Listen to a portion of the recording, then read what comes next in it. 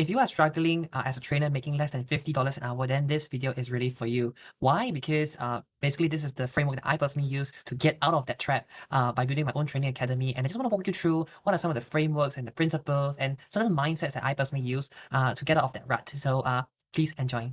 Basically, how I live my life, right, usually is through this thing called a call for. And this was popularized by Alex Hormozi, and he basically just talks about, in a working day, just focus on either one of these four things for like 4 hours, right? Which is like your core marketing, like how do you reach out to new customers, how do you reach out to warm customers. The other one is ads, which is something I am going to work on soon, and last but not least is content. So whenever it's like I don't know what to do, or I feel like there's so much things to do and stuff like that, I kind of have to streamline and be like, okay, this is the only 4 things I can do in my business as a founder, as an entrepreneur. What's next, right? And then one of the things recently I've learned from Taki Moore, who is also another coach that I learned from, is how do you microwave your warm leads to your hot leads? I know it's like really eye-opening, even though he has taught this like many years ago. I just dig up his old videos. I'm like, I need to sharpen my axe, and I'm like, oh, he actually mentioned this, right? So this is what he calls microwave. And the whole idea is how do you actually turn your warm into hot, microwave like in 30 seconds and stuff like that. And of course, that is by doing content. And then the side effect of doing content is that while creating content is amazing and stuff, you actually reach out to a core audience to build trust, right? And you're just educating and giving your best work online now, basically, because basically when we do content, we are not only just educating people, but at least that's for me, right, is reaching out to the cool people who eventually, if they binge watch you in a very short period of time, then they can become your one market, right, and very quickly become hot lah. So if you're selling something, of course, the question is what kind of content do you want to build, right? And that's really what I've been working on the last couple of hours and so. So I think one of the ways to kind of see this, okay, is what is your topic? Okay, what is your niche? And basically, Taki, kind of like describes a niche is basically like who you are serving and what's their like pain point, like, and how you're gonna like solve this problem. And with this topic, then you will have 4 different categories, basically, right? And the first one is why. Why is it so important? What is it about, right? And then he talks about the how and why now. So it's really more about like, how do you get started lah? So what is it that you're talking about? What is it that you help people achieve? Like for me, I help people with accreditation. I help their, school get accredited so they can tap and leverage onto like the government schemes or fundings to make it more accessible for their learners. I think a little bit about myself is that I also struggle, getting a crowd in Singapore. Maybe it's because of the environment. I'm not too sure, but from my own test, I don't really see anyone else succeeding aside from like property, crypto, or like government programs. So to me, if I'm in Singapore, I guess if you can't beat them, join them lah, basically. So basically in Singapore itself, that's the whole game. Why I'm helping them is because right now in today's market, even though you have all the qualifications needed to teach this program, the big problem is that most trainers are not being paid more than $50 an hour. Very few are being paid 100, and even way less paying even much more.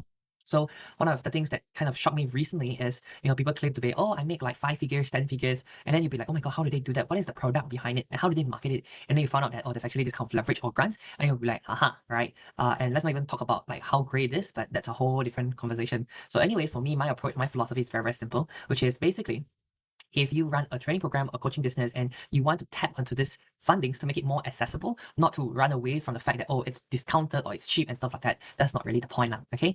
So that's why I do what I do. How to do it? So basically for NTUC, right, or for those kind of programs like SkillsFuture, the application closed in December for NTUC, and it reopens for SkillsFuture in May 2026, right? So in terms of, if you miss this tranche, then basically you're waiting for another like 3 months or so. So like maybe March, April is the reopening of the date, and you can wait another 3 months to resubmit your program. So that's the how and the why now as well. So we basically do all the courseware writing for you. I myself am a certified courseware developer, so I can write in a language and in the way that will get it approved, right? Of course, we have to be compliant because this is the government we're talking about, the Singapore government we're talking about, right? And the different bodies as well now, okay? So that's that. And I just, just thought of sharing as well. I consume so much, right? The question is like, so what's next? How do we actually implement all the things that we actually learn, right? So one of the videos I recently talked about is how do you actually price yourself in the market right now, right? So most people starts here, like here. And if you actually draw this outline, it doesn't really matter if you are a coach, a trainer, and stuff like that, right? You have to really design what we call your pathway.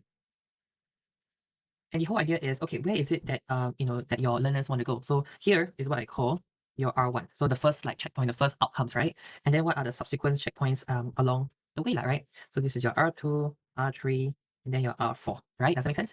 So when we actually think about building a training program, a training school, one of the things that people don't tell you about is that, I mean, in the market right now, it's like, okay, I'm just going to publish this course, this course, this course, this course, this course, and then like, that's it, right? Like no one is actually doing it for the sake of like real progression or like really transformation, which I talk about in another video, right? So for me, at least here at the Lighthouse, what I want to do is I want to take people on a journey. And one of the journeys towards the end is perhaps you want to start your own training organization, you want to start your coaching program. And one of the things that most people are stuck here, right, in terms of R1, is basically you're making less than $2,000 to $5,000 a month, or that's the equivalent of less than $50 an hour. So that's how you know that like these are the issues, real issues here. And the thing is that the school's not paying more and you can't get any gigs because you can't do marketing, and it's not your fault, but then at the same time, why are we struggling? And what are the data that shows me is that, I mean, based on the research, is that there's like 40,000 ACLP trainers here in Singapore, and Singapore is just that small, you know.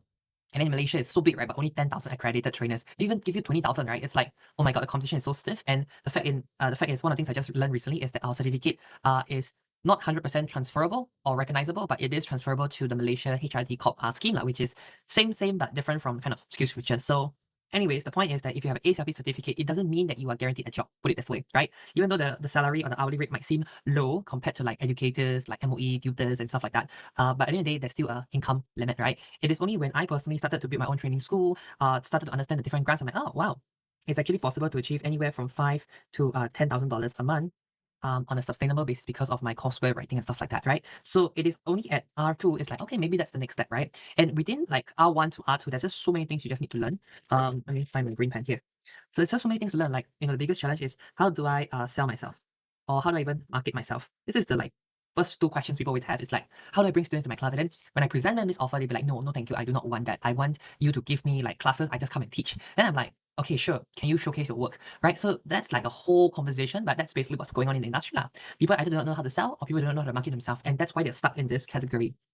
So there's a program here. Basically, I designed it. It's called Empathetic Selling.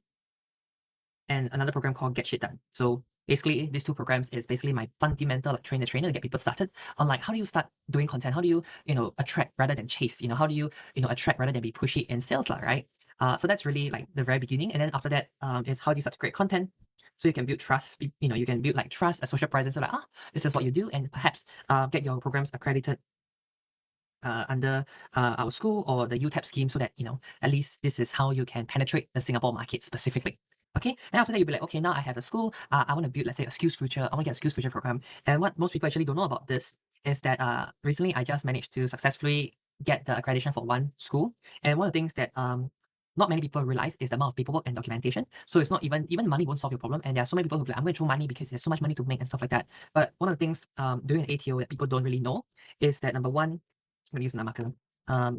Number one is that it becomes a compliance business. Okay, because it's just so much paperwork. You need to have your SOPs. You need to have your cash flow in order because you need to have your tax audit basically submitted, basically your IRAS statement, right? And then you need to have your own office space or your training rooms.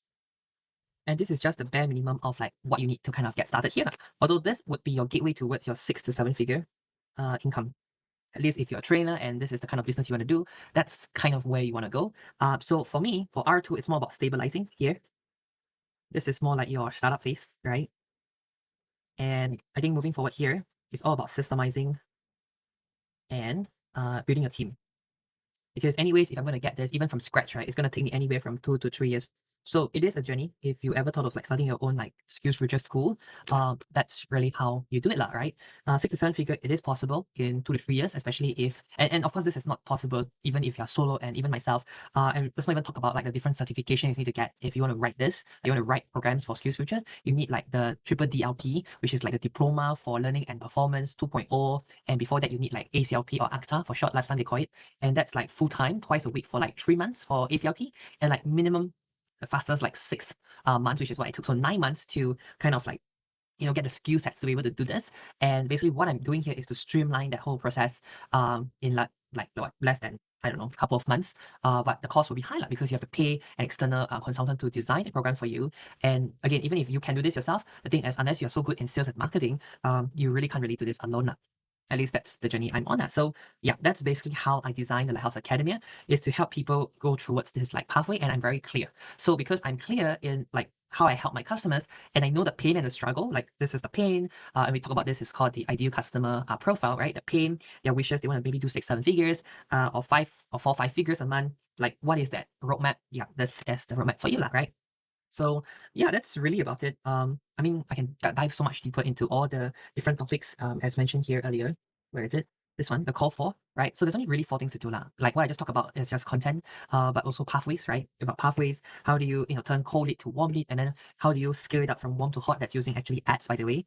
But provided you can prove your concept, your what we call your MVP, your minimum viable product under the cold market, which is do you actually have a learning outcome, right?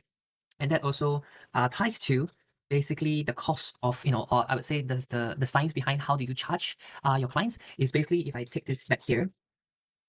So let's just say that here, like at R2, your stable income, okay, like month to month is like anywhere from $5,000 to $10,000 every single month. So in a year, we're talking about like, let's just say $120,000, maybe even 60K to $120,000, right? So if I can get you here and my cost to teach you, right, or the service or the professional fee, whatever you call it, is about $7,000 to $9,000, right?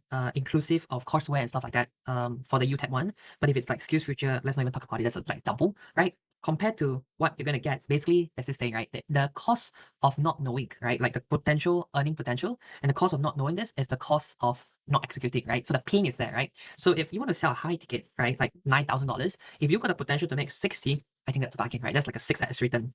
Let's not even talk about Facebook, in terms of how high the ROI can be, right? So this is how you sell high ticket. You have to be very clear with where you're trying to bring people and where you're trying to get them and what's the potential outcome. If I can help people get 60K a year minimum, right, and that's by actually paying you more than $50 an hour, right, then paying this to invest, to have skin in the game, not only shows your commitment, but it makes you stand out from the crowd. And that's really the secret behind high ticket sales that I wish someone has told me, like, oh, wow. But even if someone would have told me, then it comes back to what's the fundamental, what's the groundedness, like what are the leverages, what are the opportunities, especially based on the countries or the geopolitics or the whatever you want to call it, like environment that you're in, right?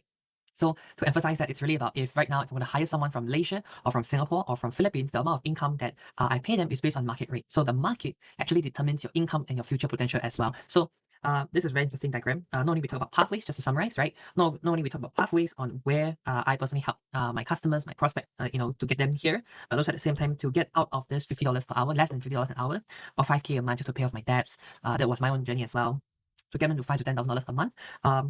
This is really the $1,000,000 gem, how I wish I knew. And I spent a lot of money paying different coaches, I will put it this way, to learn all these different skill sets. So I hope this helps. And if you want to design your offer, this is actually what we call your offer, okay, towards a higher ticket, then we are basically the right place for you, right? And by the way, just to be very transparent with you, our programs are like bite size, like few $100s, starting from like $500 to a few $1,000s, but we keep stacking stuff because of this pathway. Because of this pathway, it is the foundational piece towards building your entire ecosystem, and that's how you can move towards an offer or your customer lifetime value of $7,000 to $9,000. So if you found this very useful, please leave a comment. Let me know any questions. If you want to get started, you can visit my website at thelighthouseacademy.com.